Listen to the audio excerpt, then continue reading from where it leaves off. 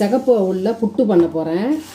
No oil no பாயில்னு சொல்லிட்டு அடுப்புலேயே எதுவுமே வைக்காமல் இப்போ புட்டு வித்தியாசமாக புட்டு செய்யலாம்.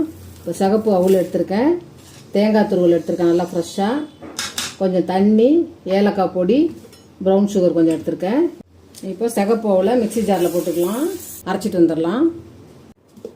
அரைச்சி எடுத்துகிட்டு வந்தாச்சு சிகப்பு அவுளை. இப்போ ஒரு பாத்திரத்தில் போட்டுக்கலாம், ஏலக்காய் பொடி போட்டுக்கலாம். புட்டு மாவு மாதிரி பிசைஞ்சிக்கலாம்.